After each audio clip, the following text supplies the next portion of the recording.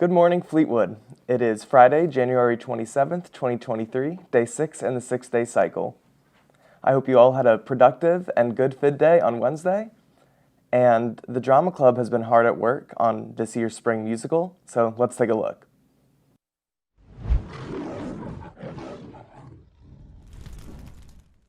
The cast of Into the Woods practices every Tuesday, Wednesday, and Thursday in the auditorium in the chorus room to prepare for their March production.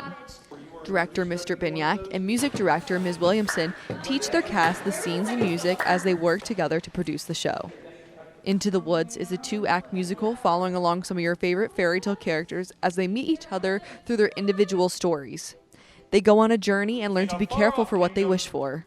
We follow along a baker and his wife who long to have a baby, Jack, who wishes his cow would give some milk, Cinderella, who wishes she could go to the ball, and Little Red Riding Hood to deliver bread to her grandmother in the woods. I think my favorite thing about the show is how everyone in the cast is so talented and being able to work with everyone and being able to sing a bunch of music and do what I love on stage with all my friends. Fleetwood Area High School's Drama Club will perform Into the Woods March 17th, 18th, and 19th in the high school auditorium. Reporting for TigerTV News, I'm Taylor Clark. Thanks, Taylor. Now let's head over to Ben for today's sports. Thank you, Riley. In local sports, our boys basketball team is now 17-1 after beating Antietam on Tuesday. Tonight they face Schuylkill Valley at home, bringing them one game closer to what should be an exciting playoff run. Our girls team is now sitting above 500 mark and play again Tuesday on the road against Conrad Weiser. Over the weekend, our cheer team competed in Texas for nationals and took home 12th place. In the wider world of sports, the Eagles beat the Giants 38-7, putting them in the NFC conference match against the San Francisco 49ers. The Philadelphia 76ers have won 6 in a row, putting them in second place in the East and only 3 games behind the first place Celtics. And that should just about wrap it up for this week in sports. Let's send it back over to Riley. Thanks, Ben. Next up are our weekly segments. First, let's check in with Carino for this week's Random Ramblings.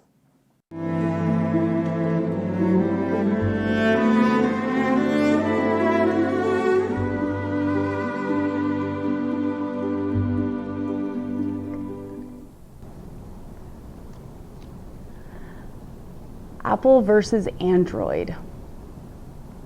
I will admit I had an Android up until about a year and a half ago, and I fought it. I fought going Apple. I really did not want to do it. And then when I switched, I do like it better. I hate to say that because I fought it for so long, but there's absolutely so much more that you can do with an Apple phone with all of the, oh gosh, what are the words that I want to use? I don't even know. I am personally more of an iPhone user. I like my iPhone better. But next, let's check in with Eli for This Week in History.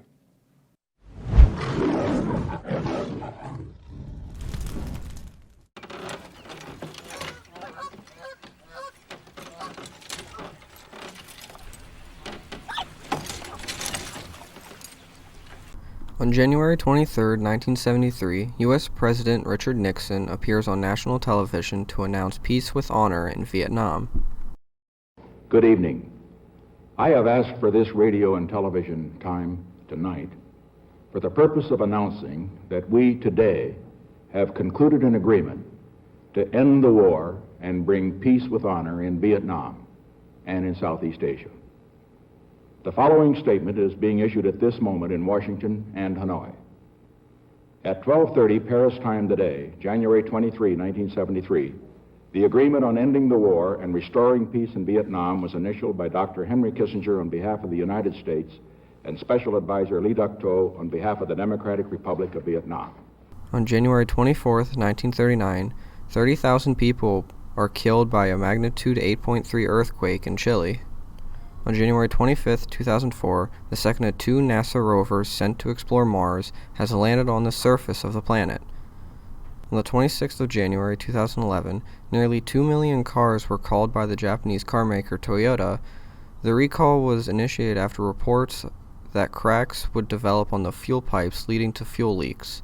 Toyota recalled nearly 12 million cars in less than 2 years, tarnishing its reputation, especially in the United States. On January 27, 1926, John Lodge gives the first public demonstration of a television system in London. With these pictures of the original television apparatus now in the South Kensington Museum, we introduce Mr. John Baird, the inventor. It is now 12 years since this apparatus showed the transmission of outline images to the public for the first time. This is the scanning disc with its lenses. This is the second disc by which the light is further divided and passes into the light cell. This apparatus was shown to members of the Royal Institution and others on January 27, 1926, and showed true television images in light and shade for the first time. That's all for this week in history. I'm Elijah Dove, reporting for TigerTV News. Thanks, Eli. Before we wrap things up, let's check in on the weather with Ian. All right, let's see what we got for the weather today. So it is going to be a little bit sunny this morning, but there are going to be some clouds rolling in at the 1 p.m., 2 p.m., 3 p.m. mark. And the radar doesn't really look to have much anything. And on Saturday, it's going to be a high of 46 and a low of 33 with a bit of clouds. And on Sunday, it's a high of 45 and a low of 35, and we may get a little bit of rain. All right, that's it for the weather. Let's head it back to Riley. Thanks, Ian. That's all we have for you today. Have a great Friday and a great weekend.